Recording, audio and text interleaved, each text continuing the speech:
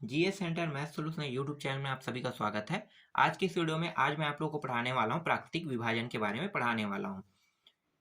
ये वीडियो काफ़ी इंटरेस्टिंग रहेगा, आपको समझना है। मैं हर एग्जाम को ध्यान में रखते हुए आपको पढ़ा रहा हूँ। तो छत्तीसगढ़ के आप जो भी एग्जाम दिलाना चाहते हैं उन सभी एग्जामों के लिए यहाँ पे जो मैं आपको टॉपिक पढ़ाने वाला हूँ वो बहुत ही इम्पॉर्टेंट है। तो एक चीज़ और बताना चाहूँगा, देखो सक्सेसफुल पर्सन कौन होता है और फेलियर कौन होता है। तो अब आपको यहाँ पे रास्ते अपने लिए चुनना है।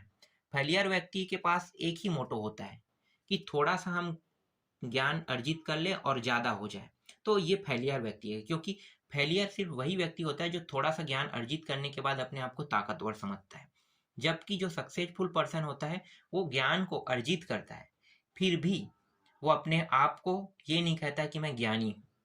तो यही अंतर है फेलियर व्यक्ति के पास और जो सक्सेसफुल पर्सन है उसके पास।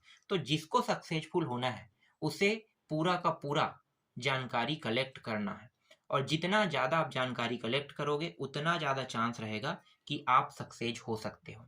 तो आपको ये बात ध्यान में रखना है, क्योंकि हर बार मैंने एनालिसिस किया इसलिए मैं बता रहा हूँ कि फेलियर जो होता है वो कैसे होता है और सक्सेसफुल पर्सन जो होता है वो कैसे होता है।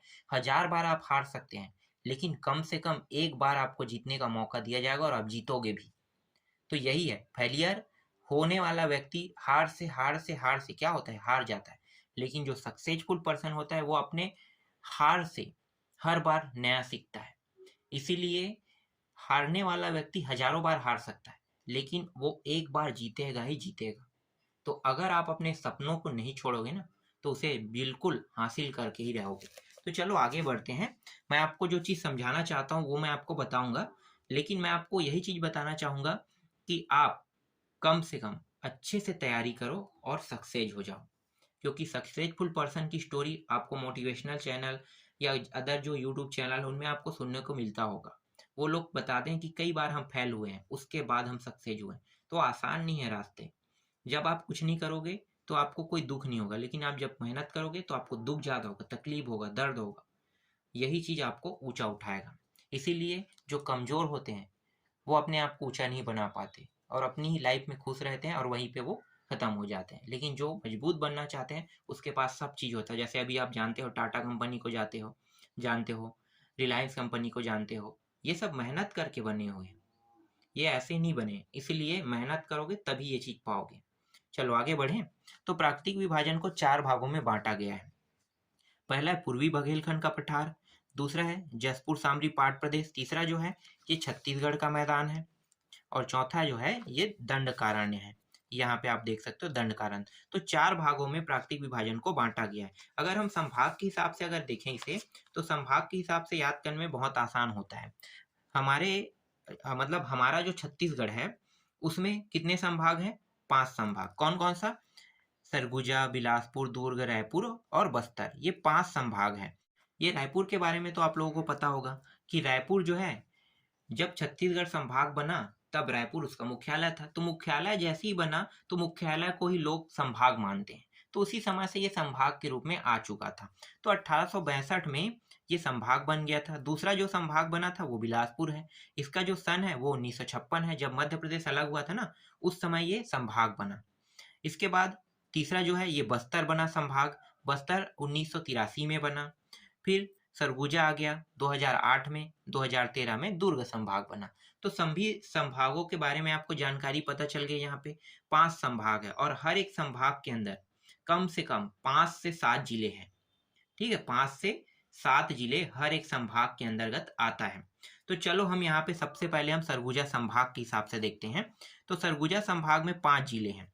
इसमें 5 जिलों में से 3 जिले जो है वो पूर्वी बघेलखंड के पठार के अंतर्गत आता है, और 2 जिलों जो है जो जसपुर सामरी पाट प्रदेश के अंतर्गत आता है। तो इस तरह से 5 जिलों को बांट दिया गया है जो सरगुजा संभाग के अंतर्गत आता है, जिसमें पूर्वी बघेलखंड में 3 जिले और जसपुर सामरी पाट प्रदेश में 2 जिले।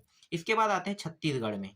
ठीक है, मतलब छत्तीसगढ़ के मैदान में आते हैं। तो यहाँ पे छत्तीसगढ़ का जो मैदान है इसमें 3 संभाग आता है। 3 संभाग को देखो कवर किया है। एक बिलासपुर, दुर्ग और रायपुर, तीनों संभाग को कवर किया है। तो इस संभाग में कुल मिलाकर जिला अगर मान सकते हो तो कुल मिलाकर यही तकरीबन तकरीबन मैं मोटी मोटी बता रहा हूँ ना, करेक्ट मैं गिन के तो नहीं बता रहा हूँ, इसलिए 15 से ऊपर ही होंगे।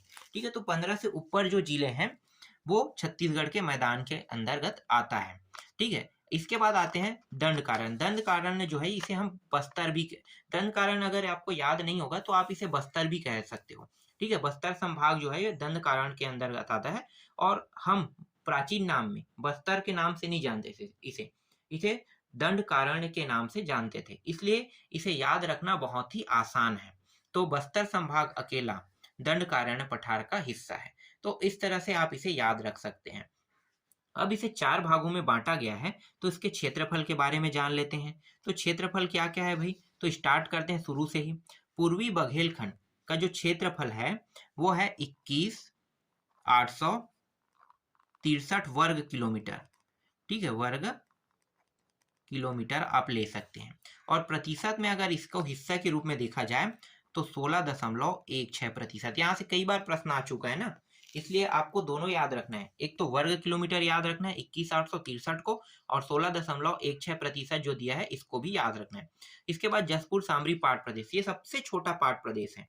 तो सबसे छोटा पाट प्रदेश है, इसका मतलब इसका जो हिस्सा रहेगा वो होगा 62.08 रहेगा, और प्रतिशत में अगर देखा जाए इसको तो ये होगा 4.59% रहेगा इसका हिस्सा। इसको भी आपको याद रखना है। फिर सबसे बड़ा जो है वो छत्तीसगढ़ का मैदान है। तो छत्तीसगढ़ के जो मैदान है इसका जो क्षेत्रफल है वो है 68,064 वर्ग किलोमीटर स्क्वायर है। ठीक है, तो इस तरह से आप याद कर सकते हैं वर्ग किलोमीटर स्क्वायर। तो आपको ये याद रखना है 68,064, और इसका जो प्रतिशत है ये 50% से भी अधिक हिस्से में आता है। तो 50.34%। देखो, जब 3 संभाग को ये कवर किया इसका मतलब तो ये है ना कि इसका मतलब ये है कि इसके पास 50% से भी अधिक हिस्सा होगा। तो इस तरह से 50.34% आ रहा है, इसका मतलब इसके पास 50.34% है, तो ये 50% से अधिक हिस्से को कवर कर रहा है। इसके बाद अंतिम जो है वो है दंडकारण्य है। इसका जो क्षेत्रफल है ये है 39,0 और ये 60। ठीक है, तो ये 39,060 जो है वर्ग किलोमीटर आता है, और इसके अंतर्गत जो प्रतिशत आता है, प्रतिशत में अगर बांटा जाए तो 28.91% इसका हिस्सा है प्रतिशत में। तो आप इसे इस प्रकार से याद कर सकते हैं। याद करने का तरीका है, अगर आप इसे खंड खंड करके करोगे तो जल्दी याद होगा, और अगर आप इसे मिला के करोगे तो लेट से याद होगा। इसके बारे में हम और बारीकी से जानेंगे। तो अभी इस वीडियो में बस इतना ही जानो।